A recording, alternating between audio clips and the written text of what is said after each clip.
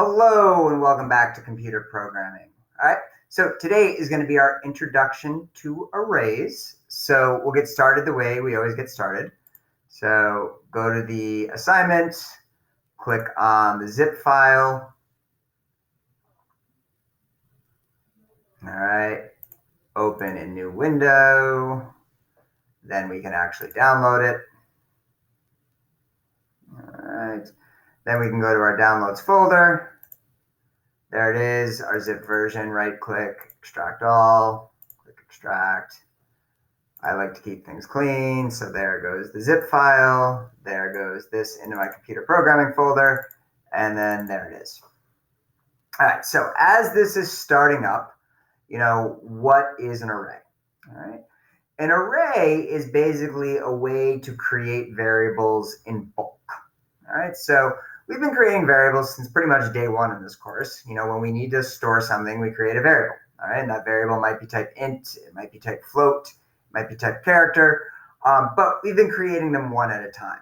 Now, imagine you're a program that needs to process 100 numbers, 1,000 numbers, 2,000 numbers. Do you really want to have to create, as the programmer, 2,000 different variables? X, Y, Z, double X, double Y, double Z. It would get cumbersome. All right. The array gives us a way to create lots of variables all at once. All right. It basically lets us set a huge chunk of memory, and then that memory gets divided up into separate variables that we can use and access, just like we can use and access a regular variable. All right. So let's talk about the syntax. All right. It still has a type. So int, float, character, Boolean, whatever. There's our type. It still has a name. But when we create it, it gets followed by these brackets. And then the number inside represents how many variables we are creating. All right, so this is saying, hey, we just created 5 variables, all with the name myArray1. But each of them gets a different number. It gets a different index. So when I create 5 variables, it turns out they are numbered 0 to 4. All right, so right here, I've just created 5 slots in memory for 5 different variables, and each of those has a number. So variable 0, variable 1, variable 2, variable 3, variable 4. All right, but I now have access to those variables and I can use them in my code. All right, I could say my array1 of 0, and that would be a variable that I can use just like I've been using variables all semester long. I could say my array of 1, my array of 2, 3, and 4. Notice there's no, 1, 2, 3, 4.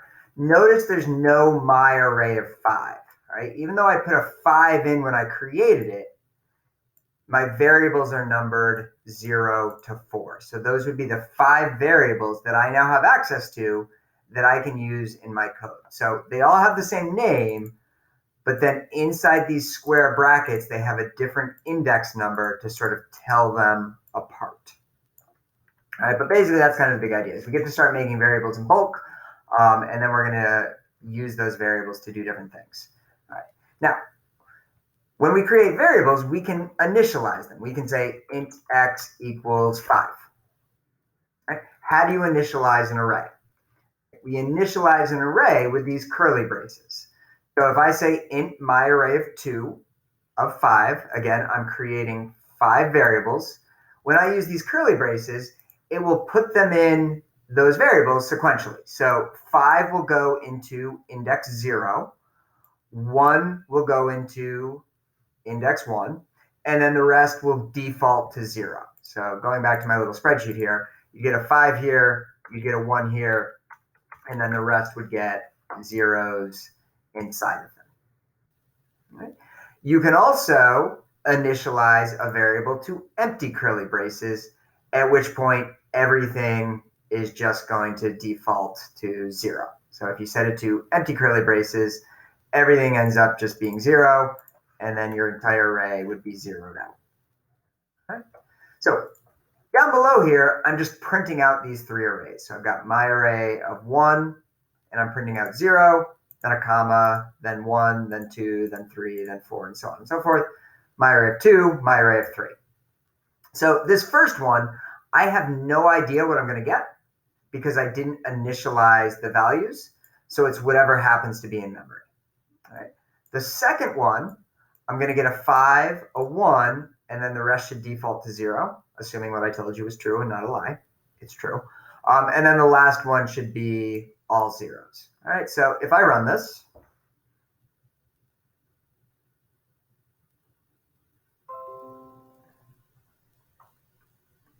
was I telling the truth? Yes, I was. So the first one, 80042011312. Great. That's what happened to be in memory. Second one, 51, and then all zeros, just like I said. And then the last one, all zeros, just like I said. Now, before we go any further, I do want to emphasize these are just like regular variables. All right. Let's say that right above this cout statement, I was like, all right, my array of 0 equals 3. And then I'm like, all right, my array, I'm sorry, this was my array 3. My array 3 of 0 equals 3. My array 3 of 1, let's set that equal to 5.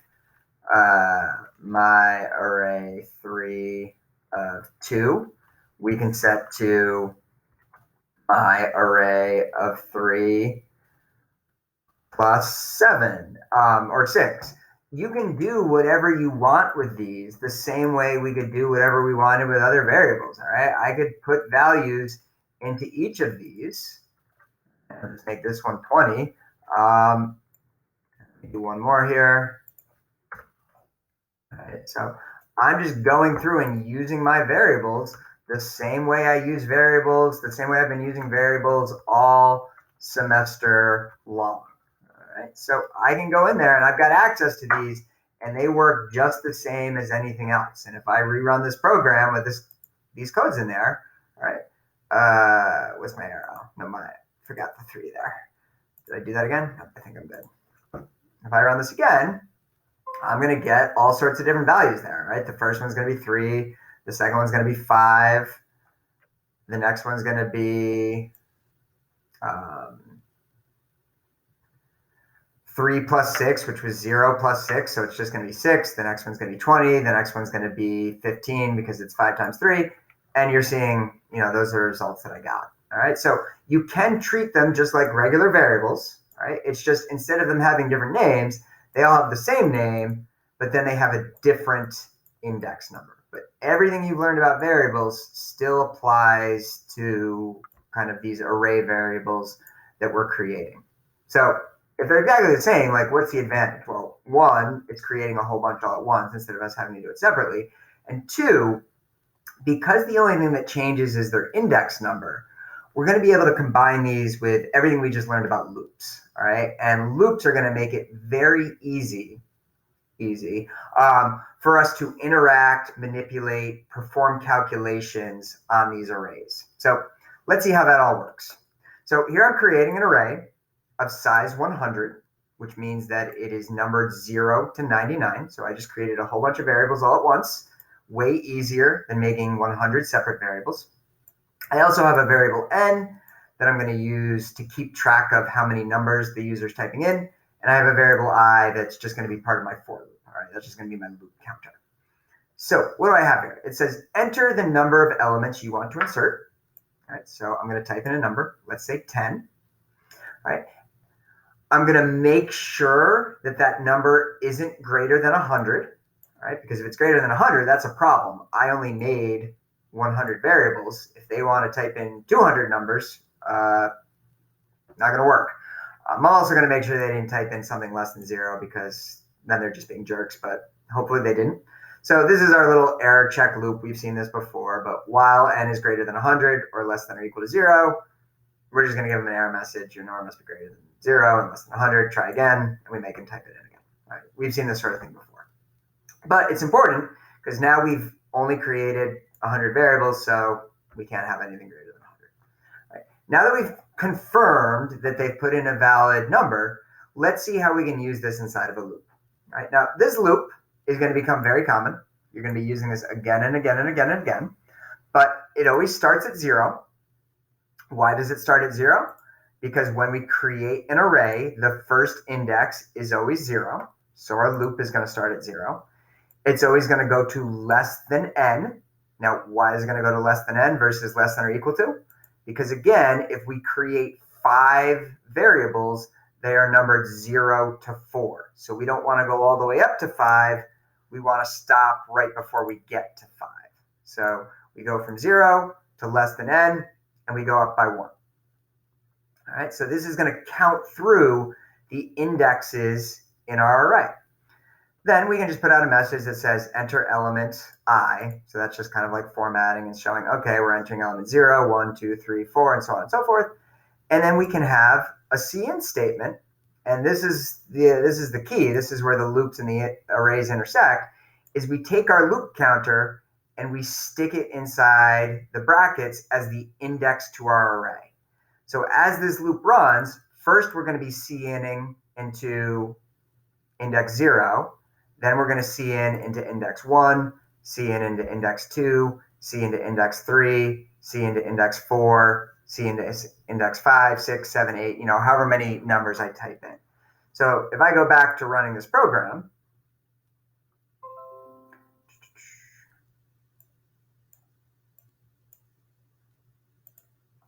move that up so I can stop getting covered. All right, and I say that I want to enter 5 elements. All right, my loop is going to say, all right, we'll start at 0, enter your first number, enter your second number, enter your third number, which again is element 2 because we started at 0, 40, and then I'm just going to type in 50. What that did is as the loop went up, it started off at index 0, and I entered a 10. Then I went to 1, so when I accessed the variable and I did my cin, it got put here. Then it went to 2, so when I accessed it and put in my value, it went here, it went here, it went here. So the I changes the index number, which lets me store a different value in a different variable. All right, it basically lets me work through my variables one by one by one by one. All right, and now down below this, I'm just printing it back out. So here are the numbers you just entered. I've got the same exact loop. I'm starting at 0. I'm going to less than n. I'm going up by 1. And now I'm just doing a cout statement instead of a cin statement. But I'm still using I inside of the index there and just kind of printing them out as we go. All right, so this is going to be something we do again and again and again and again and again, where we start these loops at 0, we go to less than however many numbers they entered, and we keep going up by 1. And that just lets us work through them one by one by one and do whatever we need to do, whether it's a calculation, whether it's searching for something, whether it's organizing something.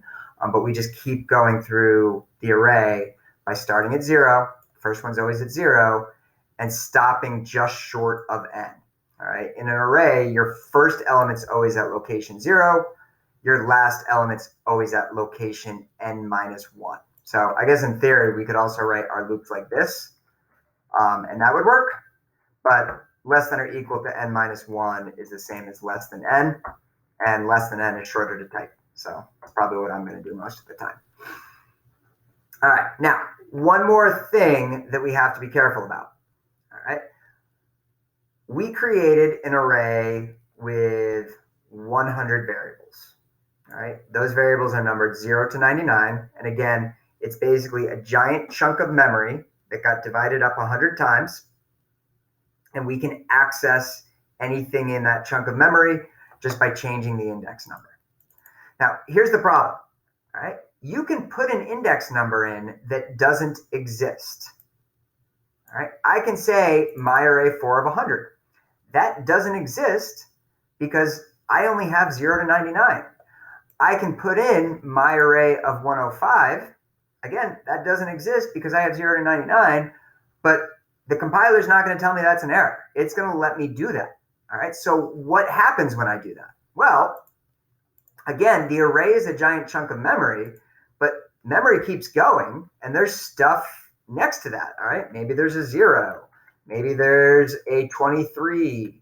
Maybe there's a 40,000, all right? There could be all sorts of things in memory.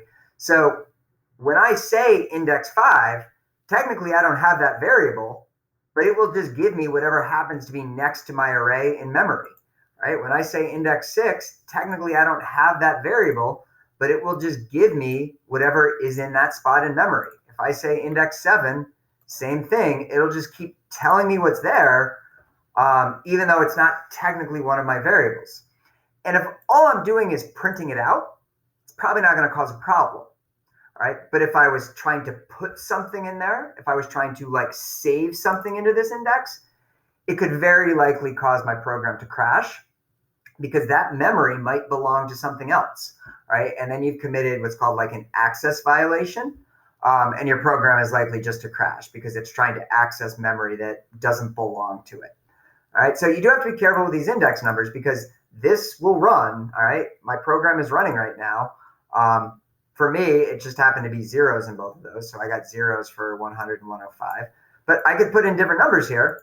It's not going to give me an error, but I don't know, necessarily what's going to print out. And I definitely shouldn't try to put anything in that spot because it's not my memory. And if I try to put something there, it could very likely, cause my program to crash, or it could change a variable that I didn't intend it to, right? Maybe I have another variable called sum, and sum happens to be right there. Like I might accidentally change a variable that I didn't mean to change because I used an index number that didn't really exist. All right, so you do have to be careful about that. See if I get something different this time with 110. Or am I just going to get zeros again? Who knows? We'll see. 1, 2, 3, 4, 5. Nope, still got zeros. Oh well. But again, you have to be careful doing this because you never know what you're going to get, and you certainly shouldn't try to write things there. Now, last thing, sometimes kids are like, you're making 100 variables, but you're only using like 4 or 5 of them. Isn't that kind of wasteful? Is there a better way to do it? There is a different way to do it. Notice I didn't say better. I said different way of doing it. You can start by asking how large of an array they want. And then you can what's called dynamically create the array of the exact size that they typed in. So we could say, all right, how big do you want your array? Oh, they say 10. And then we create an array of size 10 on the fly with the information they just provided. Now, what's the trade-off? Well, the trade-off is what if you want to use this array later and you actually need to do something different with it and you need 15 numbers all of a sudden? Well, now it doesn't work. You can't just add things to the array. So you end up having to make a brand new array. Whereas if you just made like a size 100 at the start, it might be big enough to handle anything that you might need to do. So again, trade-offs. I'm not going to get really too hung up on which way you do it. For our programs, it's not really going to matter. But you do have this option of either creating it dynamically, but then you're stuck with that size, or you can kind of make a larger one and then, control it just by how you set up your for loop and go from there. Okay.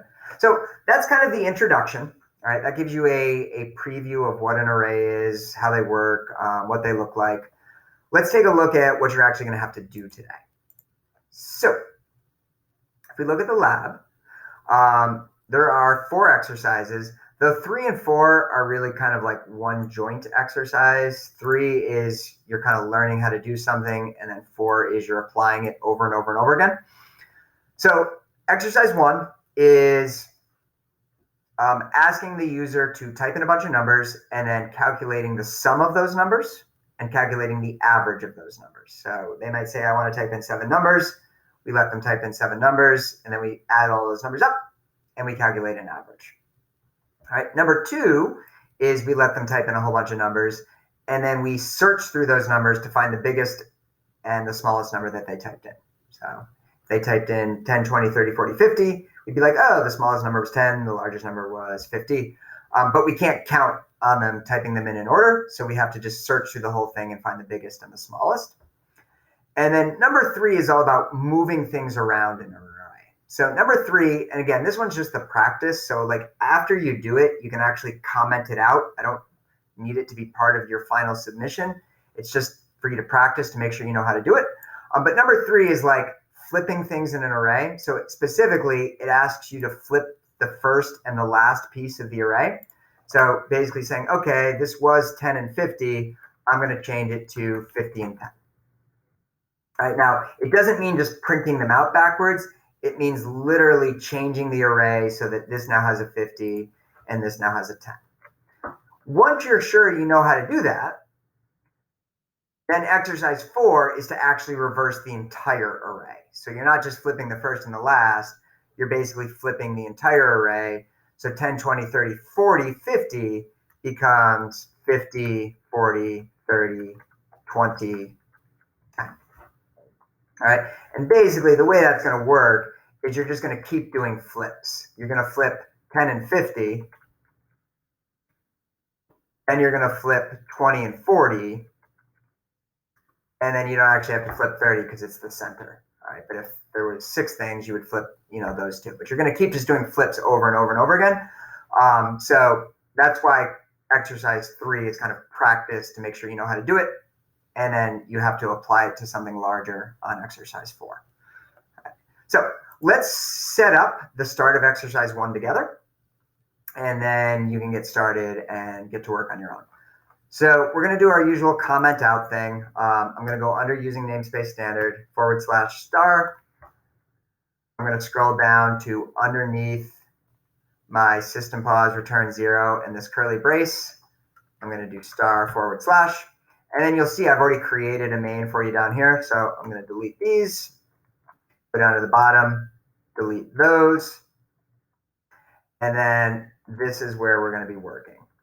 All right, so you'll notice that I already made a variable n for you. All right, you can always just use this variable to keep track of the size of your array.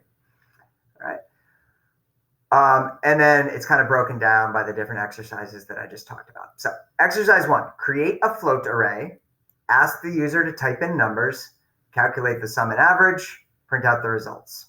All right, so we'll do this part together, and then the rest of it's going to be your job. So we need to create in a float array. So we still use float, just the way we always did. We have to give it a name. All right, so the name is up to you. I'm just going to keep using that my array from up above. So this one's going to be called my array, and I'll number it. So this is my array 1, and I'm going to make it size 100. All right, the lab said you could just make everything size 100. So there it is. I have this variable, my array of 1, that is size 100. So step 1, done. All right. Next, ask the user to type in the numbers. All right. So before I can ask them to type in the numbers, I need to know how many numbers they want to type in so I can use that to set up my loop. So I'm going to say cout how many numbers would you like to enter? I'm going to do a space, going to close my quotes, put in a semicolon. Okay. I'm then going to read in the response and place it inside of my variable n. Okay. Now I'm going to set up a loop. Now we can create the loop variable or the loop counter inside of the loop, but I'm just going to make it right up here. And I'm just going to use index because it's basically the index of our array. So I've got my for index equals 0. We always start at 0. As long as index is less than n, and index is going to get 1 bigger each time. Okay, so that's pretty much the standard loop that we're going to be using over and over and over again. I'm going to make my curly braces so that I know what's inside the loop. I'm going to do a little formatting here and say cout enter element. And then I'm going to print out index so they know like which one they're entering. So enter element index. Then I'm going to put a little colon there. I'm going to put a space after my colon and close my quotes. Put in a semicolon. and then I'm actually going to let them type it in. So that's where the cin comes into play. I use the name of my array, which was my array 1, but then instead of putting in like a constant, I'm going to put in my variable index, because that's going to start at 0 and it's going to keep going up 1 by 1 by 1 by 1, so that I can type information in to the different spots in my array. All right, so now I've got all of those numbers inside of there. Now, what you're going to have to do from this point is go through these and add them together. All right, so you're probably going to need a second loop. I'm just putting in that there so it'll still compile. You're probably going to need a second loop that goes through and actually adds those all together. And then when that loop is finished, you can print out the sum. You can divide by n to get the average. You can print out the average, and you'll be done with exercise 1. All right, but that's kind of the general gist of what's happening here. So again, if I run what we just did here,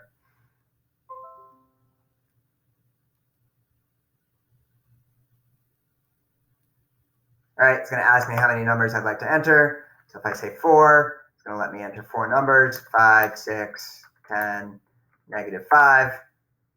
All right, and then nothing happens. It just kind of hangs there because this loop is empty. So it's just kind of stuck in this right now and nothing's happening.